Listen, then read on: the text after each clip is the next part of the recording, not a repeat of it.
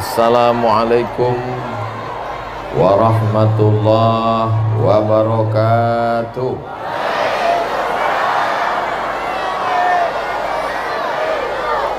Memang cantik batu manikam, warnanya terang benderang. Dari bunyi sambutan salam macam belum makan siang. Apa kabar semuanya, sehat? Alhamdulillahi Rabbil. Allahumma salli ala Sayyidina Muhammad wa ala ali Sayyidina Muhammad. Kalau Tuhan pergi ke Makkah, jangan lupa pula pantun tadi. Orang kaya pergi ke Makkah hasil dari memasang pukat. Kebesilam tak pandai berceramah, awak takut balik kualat. Jadi saya kebesilam ini niatnya bukan berceramah, tapi hanya untuk mengikuti undangan guru saya Al-Mukarram Fadilatul Syekh Dr. Zikmal Fuad MA Hafizahullah. Mudah-mudahan Allah menjaga beliau. Sama-sama kita hormati Tuan Guru Besilam Langkat beserta para khalifah, hadirin hadirat, Bapak Gubernur Sumatera Utara ataupun yang mewakili, Bapak Kapolda ataupun yang mewakili, Bapak apa lagi yang hadir-hadir?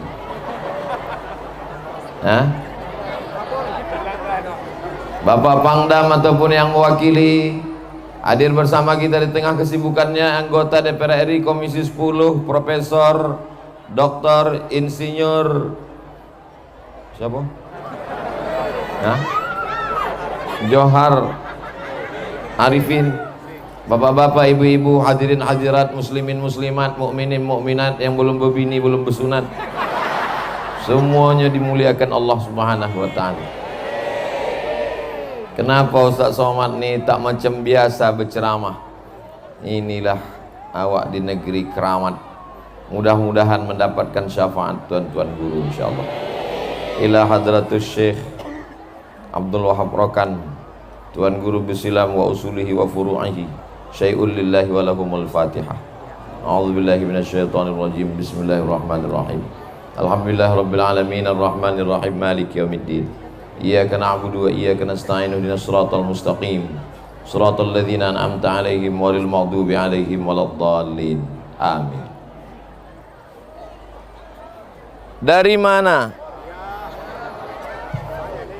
Dari mana Ustadz tahu pertama kali tentang Tuan Guru tua Syekh Abdul Wahab Rokan? Apakah dari radio? Bukan. Apakah dari TV? Bukan. Apakah dari YouTube? Belum ada lagi. Waktu masih kecil belum ada YouTube.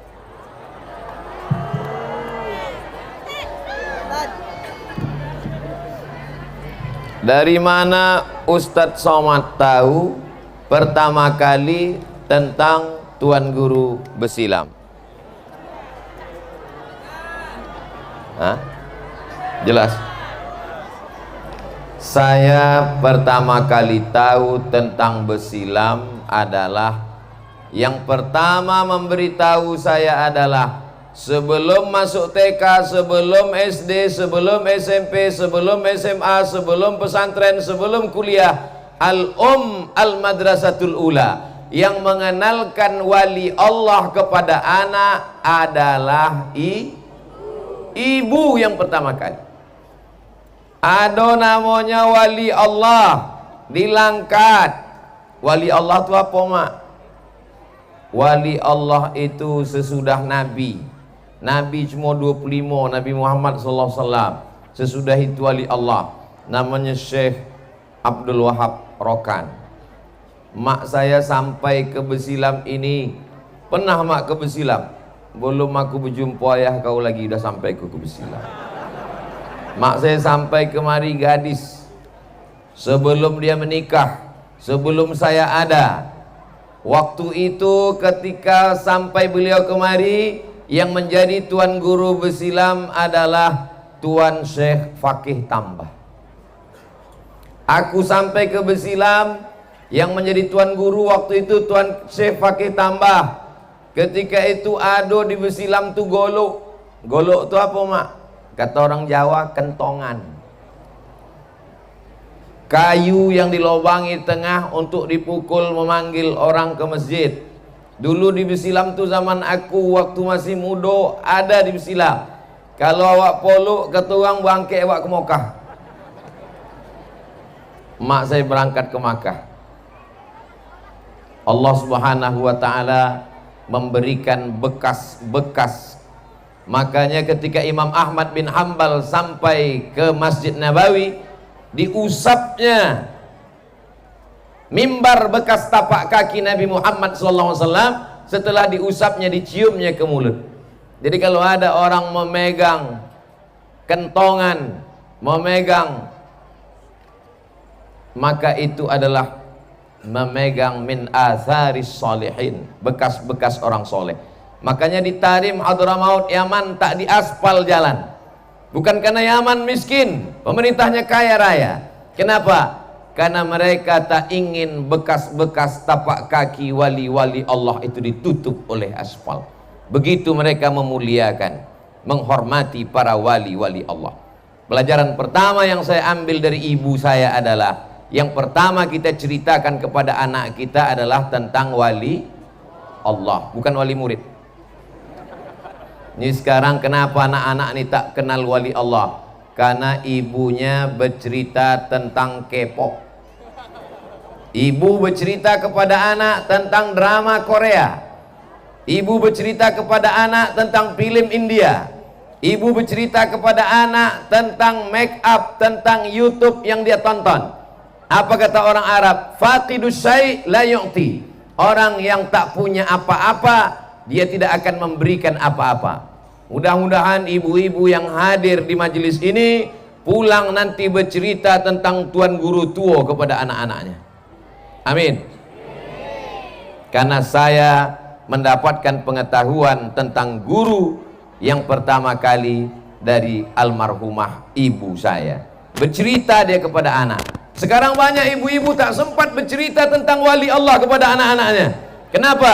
Karena sibuk main TikTok. Ibu-ibu sibuk update status. Ibu-ibu tak sempat membaca tentang wali Allah. Alhamdulillah, ibu saya bukan profesor, ibu saya bukan ustazah, ibu saya perempuan biasa, tapi dia datang ke Besilam. Dia berjumpa dengan tuan guru di zamannya. Dia sempat memegang bekas-bekas wali Allah, orang-orang soleh, dan cerita itu dia bawa pulang. Dia menikah, saya anak pertama. Dia ceritakan cerita itu, masuk ke pikiran saya, sehingga saya tahu kampung yang sekarang menjadi tempat wisata religi. Dan saya pun sampai kemari. Sampai hari kiamat, panjang umur, sehat badan, izinkan Abdul Somad untuk datang mengambil barokah dari Besilam nih, insya Allah. Amin ya rabbal alamin. Ini yang pertama. Yang kedua, dari mana Ustadz mendapat informasi tentang tuan guru Besilam? Yang kedua adalah dari guru sekolah. Guru sekolah penting. Saya melanjutkan pendidikan saya ke Madrasah Muallimin Al-Jamiatul Wasliyah, Simpang Marendal, Jalan Sisingamangaraja. Ketika itu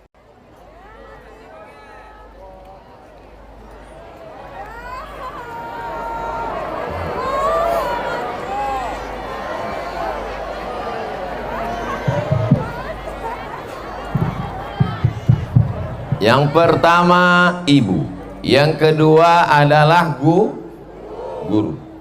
Saya mendapatkan maklumat tentang tuan guru ketika saya sekolah di Muallimin Al-Wasliyah. Nama guru akidah kami Al-Mukarram Ustadz Hafiz Yazid, sudah meninggal. Tamat dari Purba Mustafawiyah. Di kelas waktu itu dia bercerita, Saya di Muallimin tahun 1990 sampai tahun 1993, tamat sanawiyah. Kitab akidah yang kami baca Al-Husunul Hamidiyah. Dilanjutkan ketika di Aliyah, nama kitabnya Ad-Dasuqi ala Ummil Barahin, Ahlus Sunnah wal Jamaah. Mudah-mudahan kita berpegang kepada Ahlus Sunnah wal Jamaah.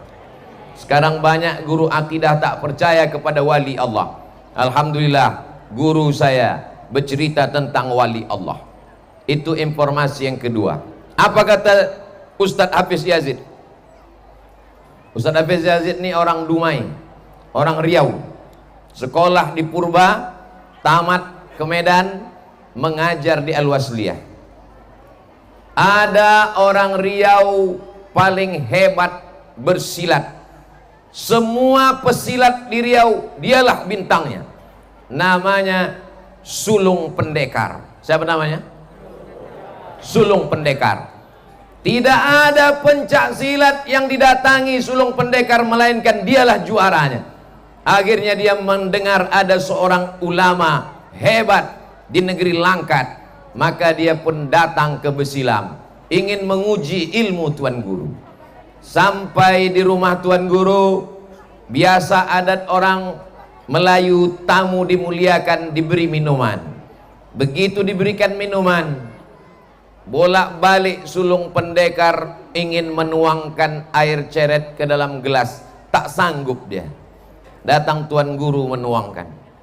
Sesudah dituangkan, Sulung Pendekar ingin minum, mengangkat gelas pun tak juga dia sanggup.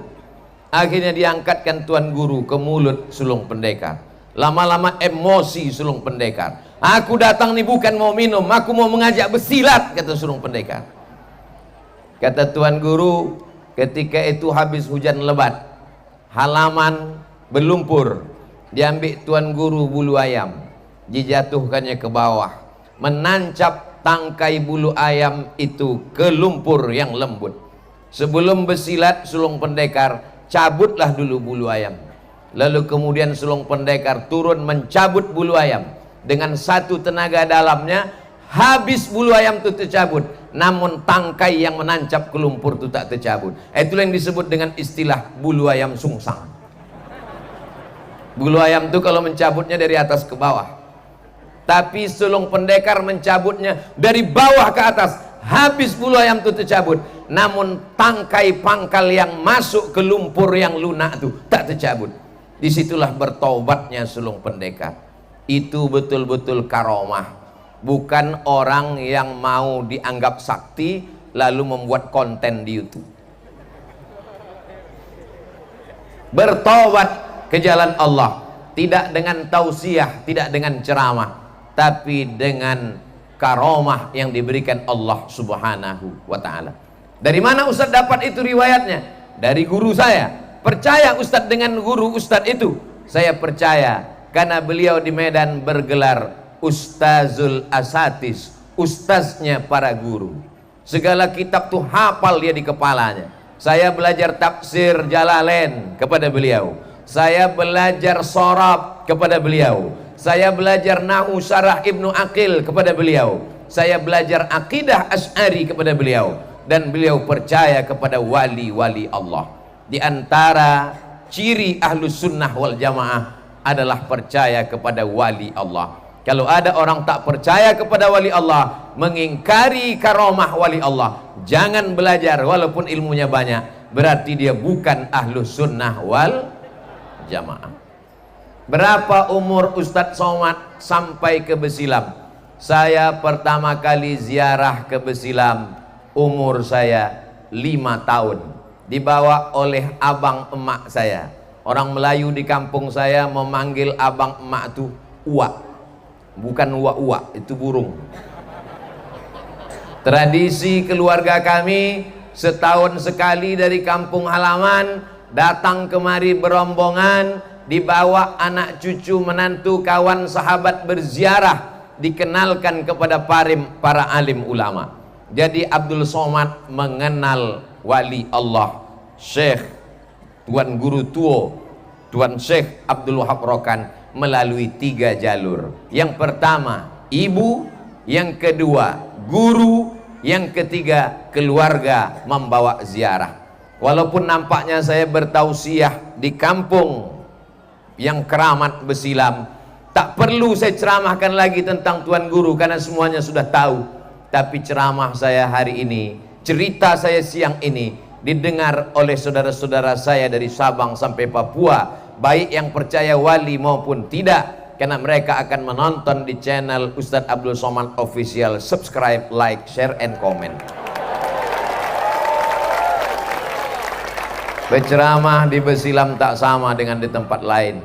Ada adat-adat, ada adat istiadat. Bukan sekedar adat istiadat orang Melayu, tapi juga adat istiadat kepada para tuan guru. Kenapa Ustadz Somad berani bersini membelakangi tuan guru dan para khalifah? Aku udah bertanya dulu tadi. Di mana aku togak tuan guru? Kata tuan guru, togak di situ. Tak apa-apa, tak pantang membelakangi. Tidak, itu maka berani sih. Kalau tompek lain bisa moncak-moncak. Jamaah yang dimuliakan Allah Subhanahu wa taala.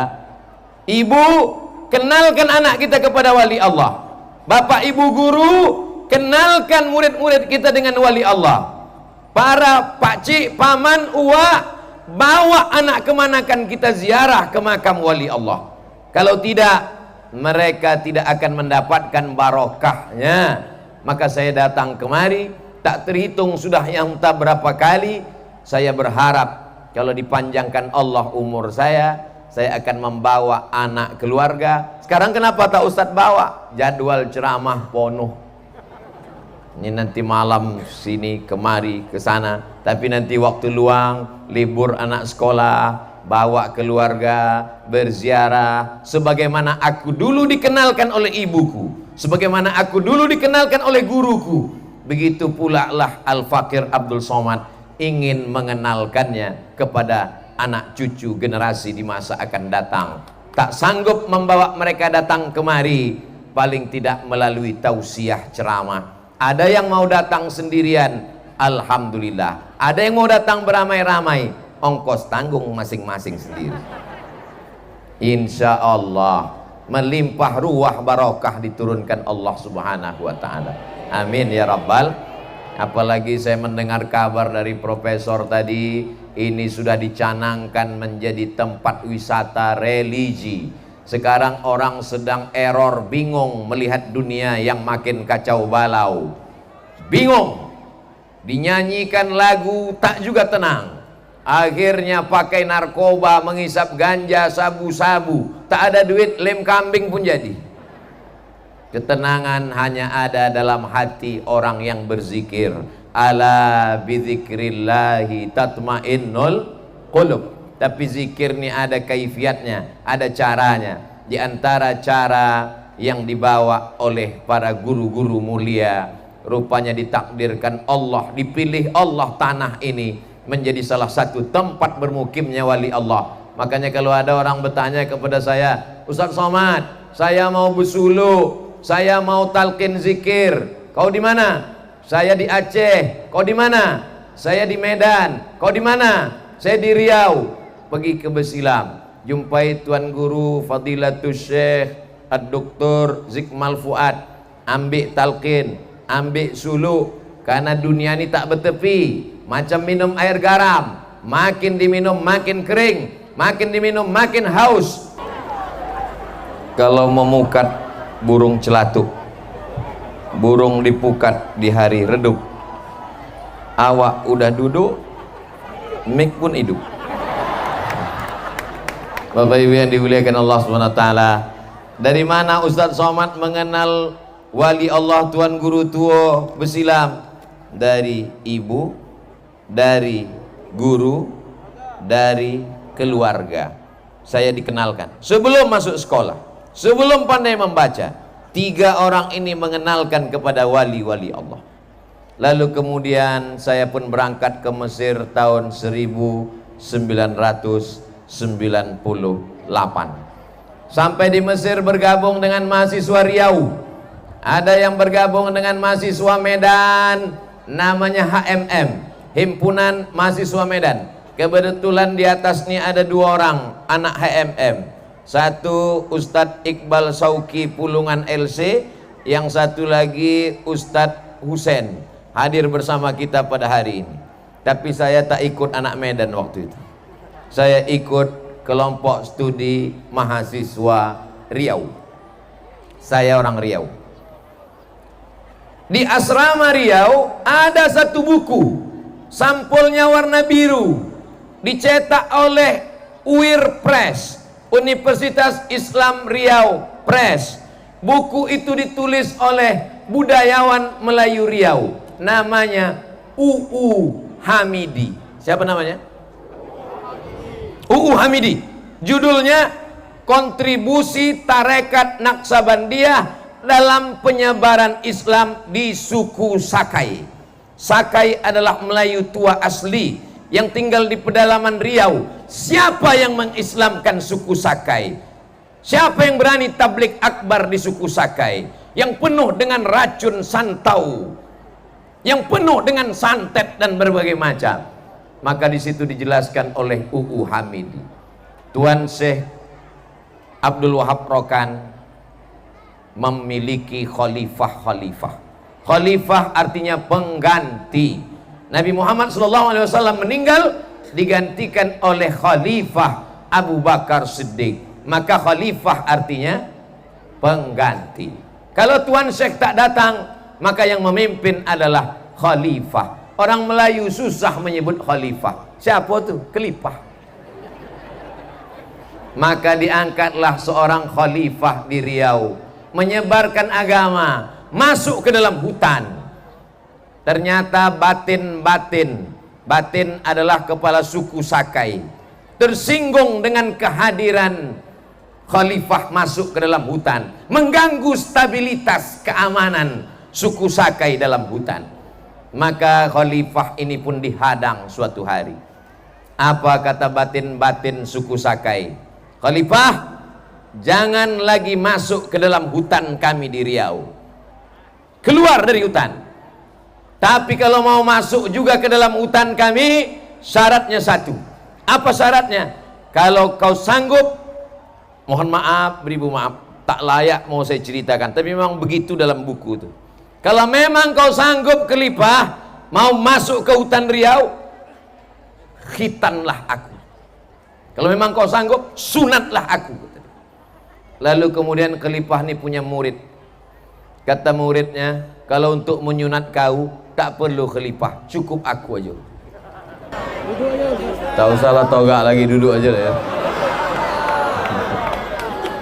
Nampaknya ibu-ibu tak sabar mendongak batin kono sunat tadi. Kalau memang kau hebat Khalifah, ingin juga masuk ke dalam hutan Riau kau, maka sunatlah aku. Kalau memang hebat orang Islam kau, kata orang Sakai. Maka kata murid Khalifah, kalau untuk menyinat batin kau tak perlu Khalifah, cukup aku. Dan kalau untuk mengkhitan engkau, tak perlu pakai ujung pisau. Pisau ini kan dua, ujung bagian bawah yang tajam, yang bagian atas yang tumpul. Kalau untuk mengkhitan engkau batin, tak perlu pakai bagian bawah, pakai bagian atas pun selesai. Diputan sekali, putui. Dihayunnya sekali ayun, putus. Bayangkan kalau sampai 2 kali ayun. Itulah asal muasal Islamnya orang Sakai di Riau. Allahu Akbar.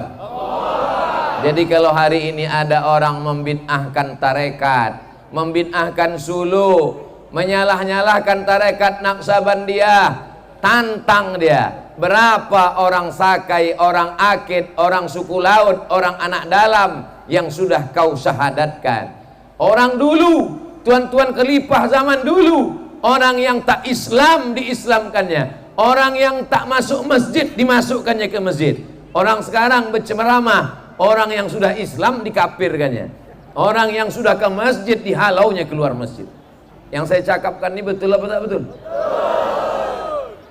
Banyak belajar dari tarekat Naqsabandiyah. Mudah-mudahan anak-anak muda rajin membaca buku khusus yang terkait dengan kontribusi tarekat Naqsabandiyah. Saya dari Pekanbaru Riau pergi ke Duri. Dari Duri 2 jam pula lagi sampai ke tepi sungai. Dari sungai lalu kemudian lanjut naik sampan ke tengah danau. Melewati danau 1 jam menyeberang sungai Siak. Sampai ke tengah hutan belantara. Sampai di dalam berjumpa dengan kampung. Nama kampungnya Bagan Benio. Di dalam Bagan Benio ini ada 2 rumah suluk tarekat Naqsabandiyah. Tak sampai dakwah ke sana. Majelis Ulama Indonesia tak sampai ke dalam.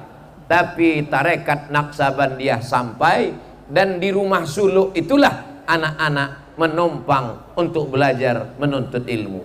Mudah-mudahan Allah melimpahkan kemuliaannya kepada para khalifah tarekat Naqsabandiyah yang sudah menyampaikan dakwah Islam. Hari ini orang berdakwah, berceramah, diundang dijemput pakai naik pesawat, tinggal di hotel bintang 5, dijemput antar dimuliakan. Zaman dulu mereka masuk ke dalam hutan belantara, sampailah syahadat, berislamlah orang. Bahkan kalau bapak ibu pergi nanti ke Pekanbaru, sebelah kiri sesudah Duri, maka di situ ada rumah suluk tarekat Naqsabandiyah menginduk ke Besilam, dan mursyidnya dulu adalah orang Sakai asli yang menjadi mursyid tarekat Naqsabandiyah mengambil kepada Besilam. Mereka tidak hanya sekedar masuk Islam, tapi mereka mengamalkan tarekat Naqsabandiyah. Selamat dunia, selamat akhirat. Mudah-mudahan kita mengamalkan ini istiqomah sampai mati insyaallah. Lalu saya pun mulai hobi membaca-baca. Di antara buku yang saya baca ada namanya ditulis oleh Tuan Fuad Said. Di situ beliau ceritakan beberapa karomah. Di antara karomah Tuan Guru yang saya ingat, yang saya baca adalah ketika Tuan Guru belajar di kota Makkah Al-Mukarramah, maka syekh beliau memerintahkan murid-muridnya untuk membersihkan tempat yang paling kotor. Murid-murid yang lain jijik, murid-murid yang lain tak mau, murid-murid yang lain merasa tak hormat, tapi beliau dengan tulus ikhlasnya membersihkan. Setelah itu apa kata syekh guru beliau? Tangan inilah yang akan dicium oleh para ulama-ulama dan dicium raja-raja. Kira-kira betul tak yang terjadi pada Tuan Guru? Raja-raja mencium tangan beliau. Meninggal tahun 1926. Sekarang sudah tahun 2022. Tak lama lagi akan 100 tahun lamanya. Dan sampai hari ini tak pernah kosong semenit sedetik pun orang berdatangan berziarah. Di antara karomah karena memuliakan guru, tangan yang dianggap hina kotor ini akan dicium raja-raja, akan dicium alim ulama, akan dicium orang. Bukan tangannya saja, bekas-bekasnya, makamnya berziarah tak putus. Hari ini ada orang hidup mengundang orang hidup, tapi orang tak mau datang. Nama acaranya open house. Open, buka, house, rumah. Open house, rumah dibuka hari raya. Dari pagi sampai jam 12 malam. Belalat makanan, orang tak mau datang. Beliau sudah meninggal 100 tahun. Tapi sampai hari ini kita masih berkumpul bersama. Belum lagi haul beliau. 2 kali saya mau datang haul, tak jadi-jadi. Karena Covid menghalangi. Hari ini jadi Ustadz Somad ceramah. Hari ini saya bisa menyampaikan kalimat-kalimat di Besilam ini pun, ini juga karomah dari Tuan Syekh Abdul Wahab Rokan. Saya dapat kabar Ustadz Somad batal ceramah di Besilam karena tak dapat izin. Saya serahkan pada Allah. La haula wala quwata illa billah. Tapi dalam lubuk hati saya yang paling kecil, halus di dalam sebesar ujung rambut, tapi tak saya cakapkan. Nanti ditunjukkan Allah Ta'ala barokat karomah Tuan Syekh, Tuan Guru Tuo, dan Tuan-Tuan Guru Besilam. Jadi juga aku ceramah ni nanti insya Allah. Allah tunjukkan, jadi. Bagaimana ceritanya Ustaz Somad bisa ceramah ke Besilam ini? Oh, sanadnya panjang. Dari komisi 10 ke komisi 3, dari komisi 3 ke Mabes, dari Mabes ke Polda, dari Polda ke Polres, barulah bisa ceramah. Jadi nanti kalau menulis buku, di antara karomah Tuan Syekh Abdul Wahab Rokan, Abdul Somad bisa ceramah di Besilam. Allahu Akbar. Kalau engkau yang mau Abdul Somad, tak jadi. Kalau orang Besilam yang mau Abdul Somad, tak jadi. Tapi kalau wali Allah yang bersetuju, tak ada yang sulit bagi Allah. Innama amruhu iza arada syai'an ayyakula lahu kun fayakun. Di dalam buku biografi Tuan Guru saya baca bahwa orang Belanda tidak suka kepada Tuan Guru. Mereka menfitnah ini Tuan Guru pandai mencetak duit palsu. Lalu kemudian Tuan Guru tak mau dihinakan, direndahkan. Pergi beliau ke Semenanjung Malaya. Apa yang terjadi dengan Pangkalan Berandan ketika itu? Hilang minyak di Pangkalan Berandan. Ikan tak muncul di tengah lautan Langkat. Ada dalilnya dalam Al-Quran. Walau anna ahlal qura amanu, kalau penduduk suatu negeri itu beriman, wattaqau, bertakwa, la fatahna alaihim, akan kami bukakan untuk mereka barakatin, barokah minas sama, dari langit, wal ard, dari bumi. Barokah dari langit, turun hujan. Hari ini pun ada barokah dari langit, datang 2 lalat besar merekam. Kamera merekam ceramah Abdul Somad hari ini. Allahu Akbar walillahil hamd. Begitu Allah Subhanahu wa ta'ala menurunkan rahmatnya, minyak dari dalam bumi di stop Allah Subhanahu wa ta'ala, sesuai dengan hadis dalam Sahih Muslim, man adali waliyan, siapa yang memusuhi waliku, faqad adzantuhu bil har, berarti dia sudah mengajak perang dengan aku. Siapa yang memusuhi waliku, maka dia mengajak perang dengan aku. Ditutup Allah SWT sumur minyak. Sampai akhirnya Tuan Guru Tuo balik lagi ke Besilam, mengalir sampai hari ini. Bangsa Indonesia setelah merdeka, Pertamina mendapatkan barokah sumur minyak itu. Mudah-mudahan tetap mengalir sampai hari kiamat insya Allah. Sumur minyak itu mengalir, solar aja yang macet. Bapak Ibu yang dimuliakan Allah Subhanahu wa ta'ala. Jadi cara mengenal wali Allah itu bagaimana? Melalui 4 cara. Yang pertama, ibu mengenalkan. Yang kedua, guru mengenalkan. Yang ketiga, keluarga membawa ziarah. Yang keempat, membaca. Ibu tak mengenalkan, guru tak bercerita, keluarga tak peduli, membaca tak mau, mati aja lah. Tinggal harapan yang kelima. Apa itu? Dengarkan tausiah ceramah yang bercerita tentang wali-wali Allah. Kalau ada haul datang. Tahun 2022 tak bisa, panjang umur sehat badan. Mudah-mudahan 2023 tak ada lagi covid, bisa kita beramai-ramai di sini insyaallah. Amin. Abdul Somad datang kalau untuk ceramah tak sanggup, hilang bahan, hilang timbul. Bandingkanlah ceramah Abdul Somad di tempat lain dengan di Besilam, beda. Kenapa? Grogi dia. Bapak Ibu yang dimuliakan Allah Subhanahu wa ta'ala. Lalu kemudian Tuan Guru ini walaupun dia ulama besar, wali Allah, tapi orangnya warak. Warak itu menjaga diri bukan dari yang haram.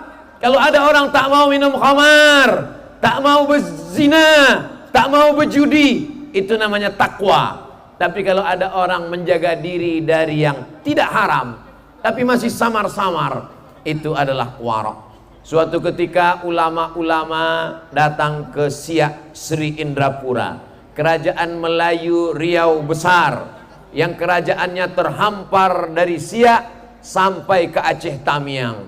Ketika penjajah Belanda menekan kerajaan Melayu, maka kerajaan Malaysia membackup kerajaan-kerajaan Melayu yang ada di Sumatera bagian utara. Kesultanan Langkat, Kesultanan Delhi, Kesultanan Serdang, Kesultanan Asahan, di backup dengan kekuatan Kesultanan Siak Sri Indrapura. Dari tahun 1900 1723 sampai akhirnya Sultan Syarif Kasim menyerahkan kedaulatan kepada Presiden Soekarno tahun 1946.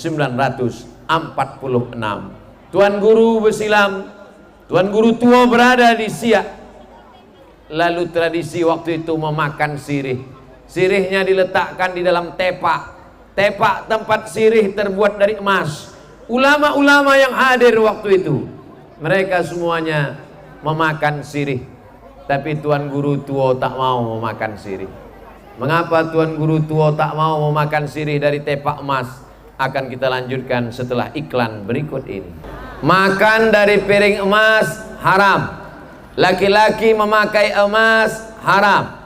Uhillu zahab wal harir lil unsa min ummati. Aku haramkan emas dan sutra bagi laki-laki. Wa uharrimu umalir rijal. Yang perempuan boleh, yang laki-laki haram. Tapi makan sirih dari tepak, maka ulama ikhtilaf, karena dia bukan makan nasi, hanya sekedar tempat. Bagaimana dengan orang yang meletakkan sapu tangan di atas tempat dari emas? Tak masalah. Tapi Tuan Guru tak mau memakan sirih dari tepak emas. Ketika ditanya kepada beliau, kenapa ulama-ulama itu mau? Beliau tak mengatakan, itu orang jahil, itu orang bodoh. Tidak. Apa kata beliau? Aku belum dapat dalilnya lagi yang membolehkan.